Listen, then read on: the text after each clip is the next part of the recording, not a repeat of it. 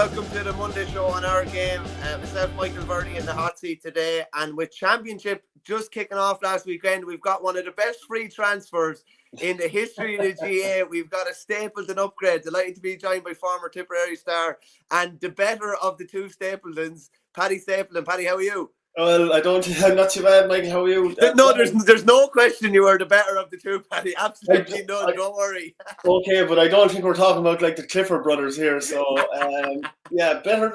I would say comfortably better than the other one, but that is not saying a whole pile. So, I'd like to see upgrade today. Journalistically or media-wise, I don't know, but hurling-wise, I think so. How are you getting on anyway, Paddy? It was a mad weekend, all told. We'll go into the nuts and bolts of everything now in a couple of minutes, but geez, like Championship fairly started with a bang, didn't it? It did, yeah. Geez, I really, really enjoyed yesterday now. Yesterday was, even the weather picking up, a bit more of a crowd. Like, we'd like to see more like the old knockout system. Bit more of a crowd, the sunshine, and even in Borrisley there was cars passing through like they would be every summer for Championship. So it kicked off so much yesterday in terms of that Waterford-Limerick match. Obviously we'll get into it. But to me, that's what it's all about. It felt like knockout, and that's what we want out of the Championship. We had enough league, enough shadow boxing, and yeah, brilliant, great weekend. 100%. We'll go into all the details of all the games in a couple of minutes. We're delighted to be brought to you as always by orgaretro.com. The cream of the crop as regards replica jerseys. Use the promo code OurGame to get 15% off. I'm done in an Offaly jersey this morning. I thought I was, after drawing the short straw, been sent to Glenisco Connor Park yesterday, but I got a good deal as it turned out. Our first Championship win over Meath in 23 years, and we're heading back to Crow Park next Sunday. But Paddy, we'll get straight into it. You were down in Ennis yesterday, and just even the atmosphere, even in the first half, like that was, as we said a couple of minutes ago, that was proper Championship, and it was just kind of goals galore. Where do you want to start on it? Obviously, a great win for Tipperary, number one. Yeah, a great win for Tipperary, but I don't think you can start anywhere but the three early goals. The three goals. And, you hate coming down on a debutant keeper, and they certainly weren't all his fault.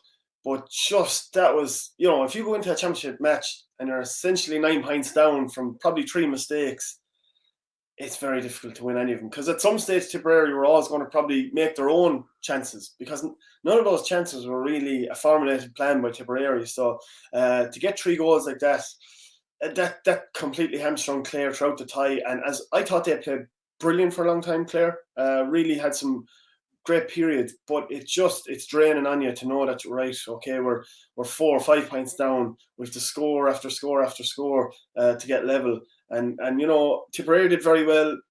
2 goals by Clare before half time, but Tip weathered the storm. But I think those 3 goals are it's so hard to pull it back no matter how well Clare played throughout the match. And just the Cahill mentality. There was even when there was a sniff for the last one, for Jake Morris's third one, I should say. Like, was there a goal on when he picked up the ball? There probably was, but it was all that was in his head. It's that change of mentality almost as well, isn't it? Yeah, and I think you'll rarely ever lose that in that situation by going at the last man. So Paul Flanagan was there now. I think Paul would be disappointed in terms of, you don't have to drag a lad to the floor, but he's getting fouled. Like, he's, yourself now. He'll shimmy wherever he wants, and he might actually create a gap to get by me, but he's not getting by me. So Paul will be disappointed with that. But that's Jake Morris. In fairness to Jake Morris, there's some criticism of him at times and maybe ball winning, but when he's bearing down on goal, when he's facing the goals running towards it, he's a powerful man. He is powerful. Great step, as we see. And what I always love about Jake Morris, low finish. Yeah.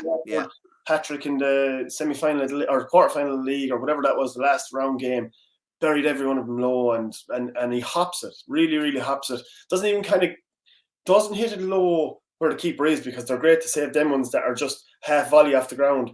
He'll hit it maybe a yard before the keeper and it could bounce anywhere. So goal, yeah, most players wouldn't have went for it, but that's his mentality. But also, when he was with Liam Cahill and Mikey Beavens with the minors and Tip 20s, that was their mentality. So that's come up through his lifetime with Tip as a young player. That was obviously, you had 6 Championship defeats before that, and to go to Ennis, and I know you have a good record in Ennis in recent years, which is kind of peculiar because Clare generally have a very good record there against everybody else. But How important is it to get a win on the board the first weekend and not to be staring down, the barrel of a gun in round 2? I think it's huge.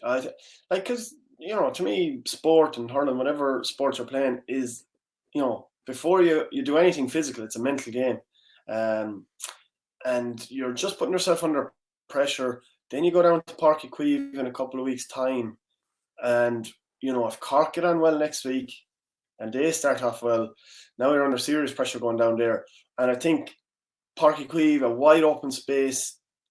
I think Cork have potential to open a team like Tipperary up in different sectors.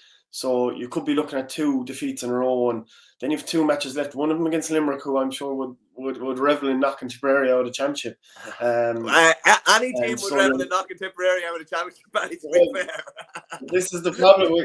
We're in the unfortunate position of bordering every other hurling county nearly. So we're in trouble that way. But hey, look, anyone, as you said, anyone would, but. It would have been really tough. So now you're looking at, okay, bit of confidence down to Cork. What we tried in Ennis worked against a very good and athletic team, albeit with a couple of poor goals given away by Clare, but it gives them something to hang on to. And they have lots to work on. Tipperary have a lot to work on. I certainly think their puck outs, facing puck outs and the attacking puck outs, I would be a little bit worried about them. But, their play was quite good. Their interplay was very good. Up front, made it stick at times, but there's still a lot to work on, I would say. And I wouldn't say the management would be under any other illusion. A great situation to be in, winning a game, no more than John Kiley and Limerick, winning a game, getting their points on the board and having probably stick to beat your team. But just fly through a couple of comments here that are after coming in. Pa OK just says, those three goals were the difference. Clare never back within 3 at any stage. Next one in there from Richard Hogan. 2 of those goalkeeping mistakes cost them 6 points and they lost by 5. That's the bare maths of it, really, when you think about it. And there's probably something in their head where you're always thinking, can we really win a game when we're after? You've been in that situation as well, Paddy. You're just thinking, and no matter how hard you try, you're always trying to bridge the gap, but they're always there. So that was a difficult one. One Stop Auto says Clare's goalie was terrible. Difficult one for him. They're coming down hard on him, Mikey. And I try not to come down too hard on him. It was his debut, I think.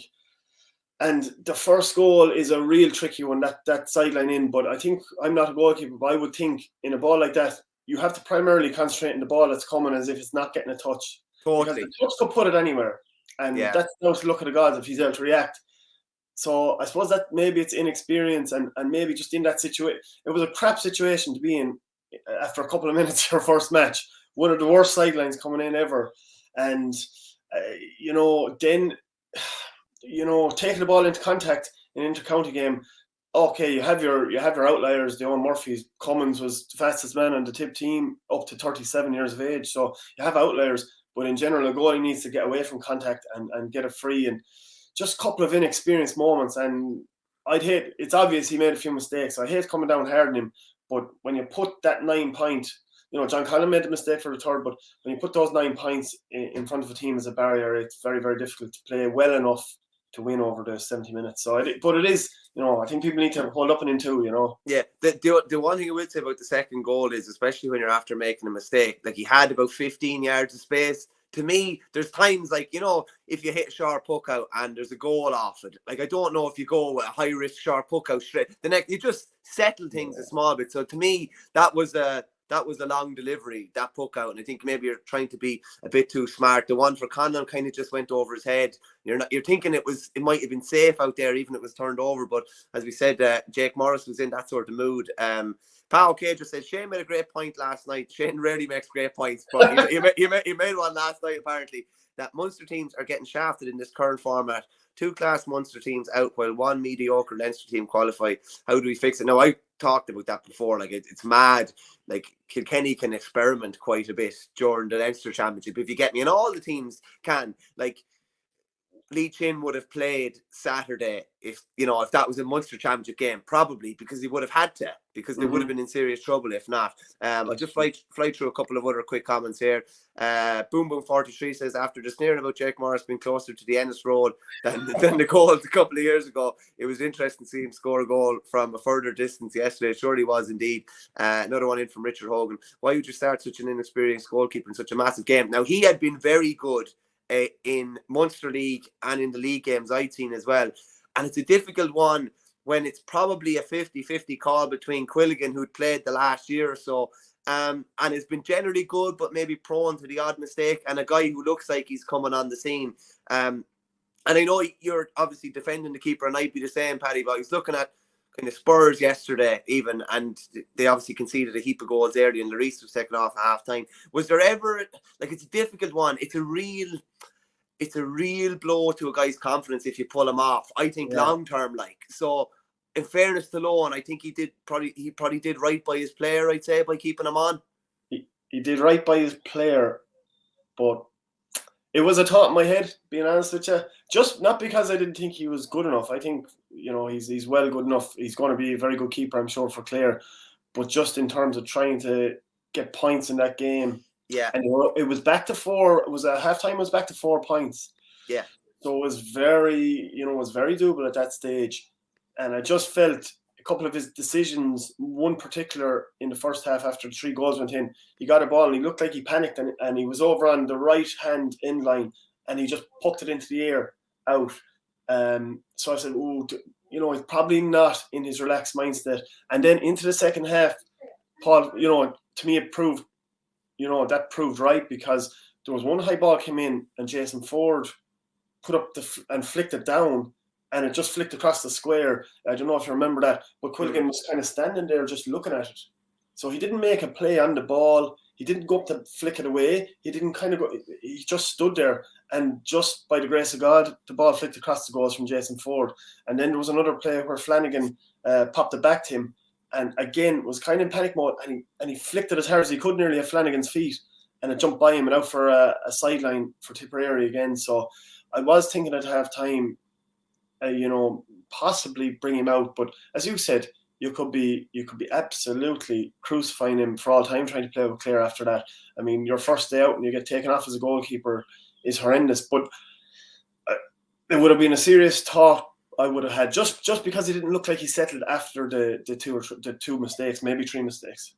Paddy, just from a Tipperary point of view, what do you make of this one, lads? What's the story with the numbers? All numbers going in alphabetical order. That shouldn't be allowed. P1SS take on supporters. Like it looked awful in the program yesterday. I think there's pros and cons to it. I can understand with this GA ruling now, where you have to have like Tipperary wouldn't have had the team named by the time they sent the team to Croke Park, and by the time it was announced to the public on Friday at around lunchtime. What do you make of it now? Is there a bit of consistency that lads know numbers are irrelevant? Like you always liked wearing 2 or 4, even if if you were 28, maybe. But if you were starting and you were wearing 20, I don't know. Right. It's not the same, and you'd be definitely looking to swap that jersey at the end of the game. There's not sure. There'll be no starting lad at top at which I can remember that much. But, exactly, you'd be going over to some lad who hadn't got a big game time and see if you swap. Will you swap this York? But what do you make of it? Good and bad points. Look, I want 1 to 15 kept there. I think there are certain things, like I'm not a complete traditionalist. Like I don't think so on stuff that I think is detrimental to the game. Like I was a supporter of the split season. I was a supporter of bringing the All Ireland back a little bit in the year. So because I think it's important for the game, whether it'll work or not, we don't know. Numbers, I think it looks well. I think it's what distinguishes GA in terms of their numbers. And like rugby, I think there's a real distinction in it, in getting your number. And if I think back on tip teams, Conor Mahoney, I think a number 6, Conor Mahoney, that kind of way. Owen Kelly, number 13. Like you think of these things, and they live in their mind. And for kids, I think growing up, it's very, very special to look in and see whatever position you love, that's who he is. TJ Reid is 11 in my head. Like even though he's 11. I don't want to see TJ Reid just because he's an hour being 22. Like, I just think. Yeah. If he was 23, that would be okay. that would work. The Jordan number, the Beckham number. That could be fitting, to be honest with you.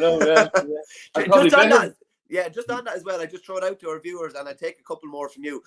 What are the most iconic numbers that you associate with players? You mentioned a couple there. Owen Kelly 13 would definitely be another one. Brian Whelan 5. Brian was always 5. Kevin Martin was always 7. Johnny Dooley was generally always 10. Tommy Walsh 5.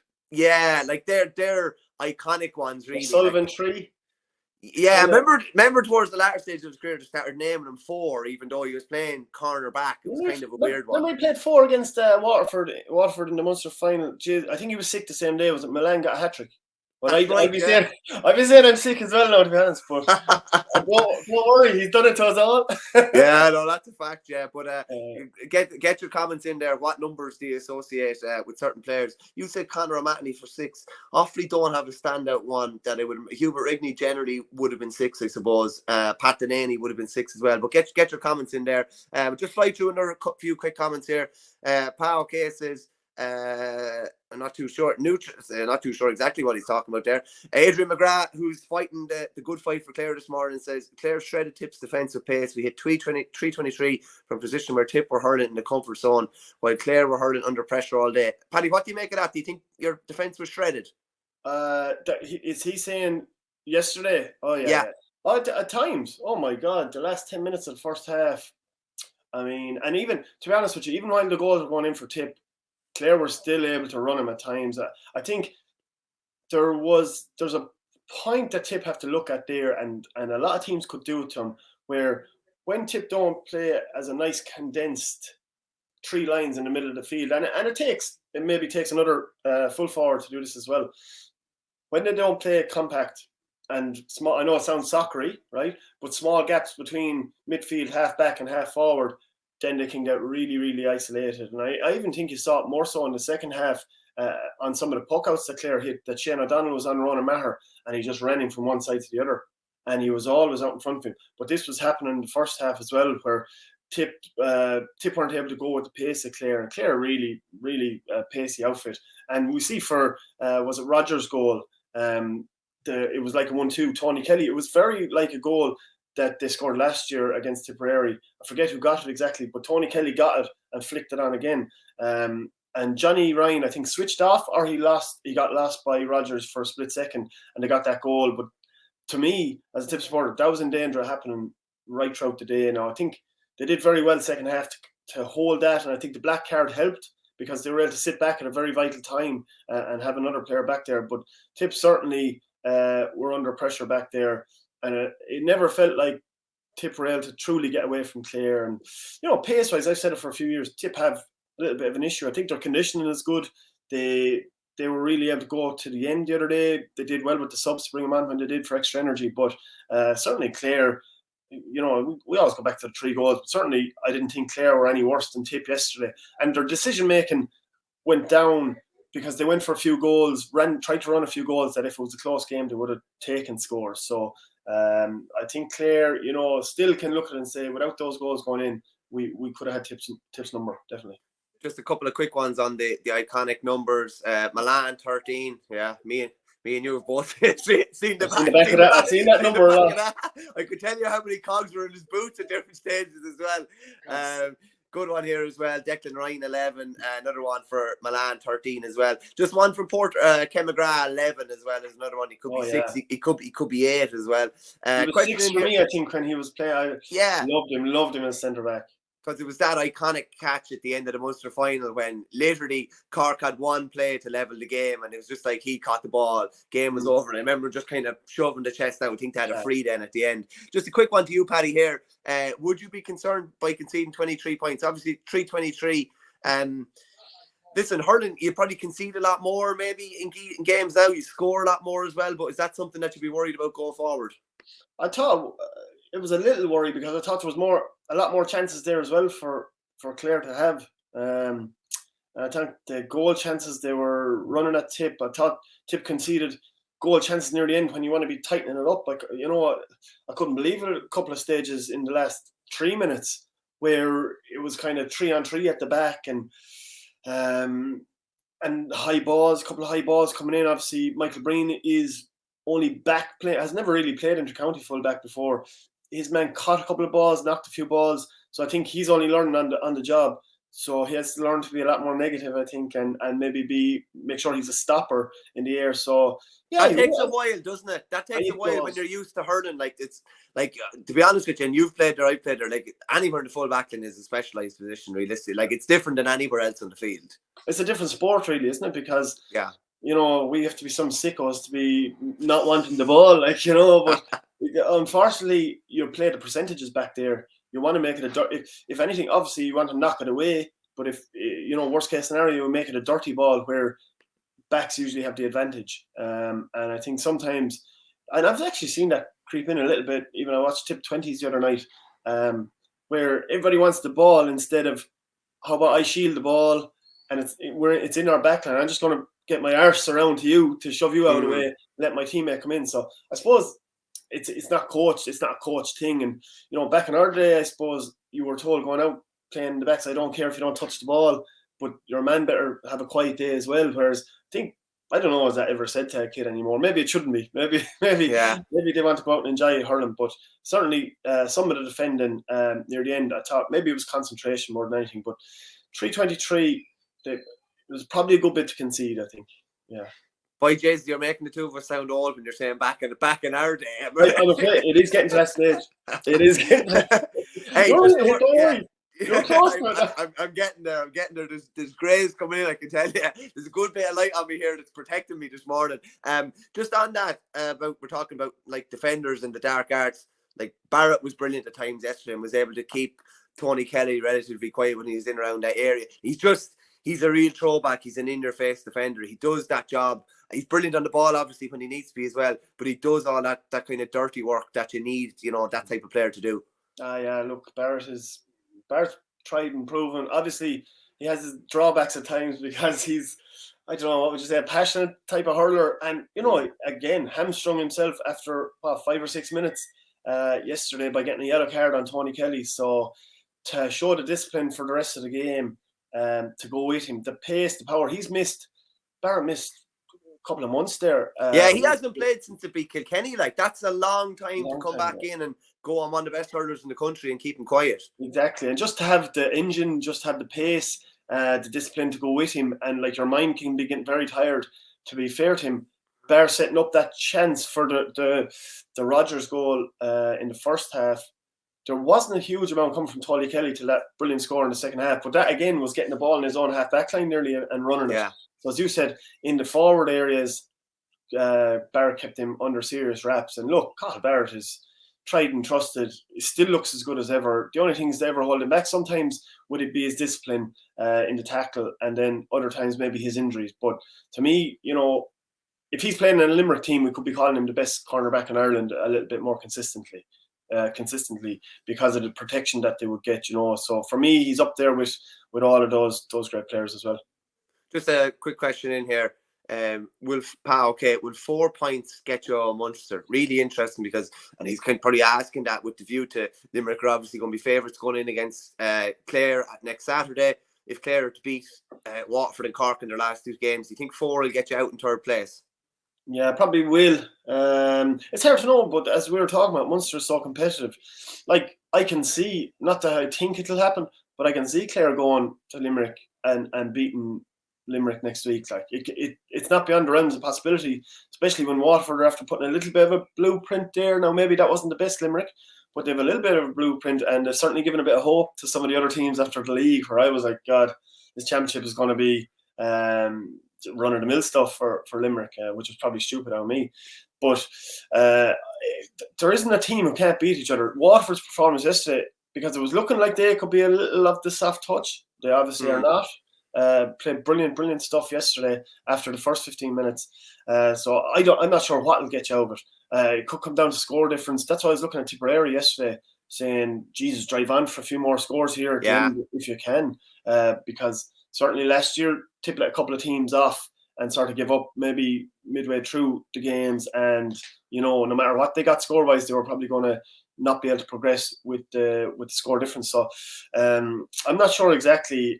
Limerick could end up winning all their games as well. Yes, even they started off a little up and down yesterday. They could end up winning all their games, but I think teams are just it's helter skelter. It's a minefield for any team trying to get through.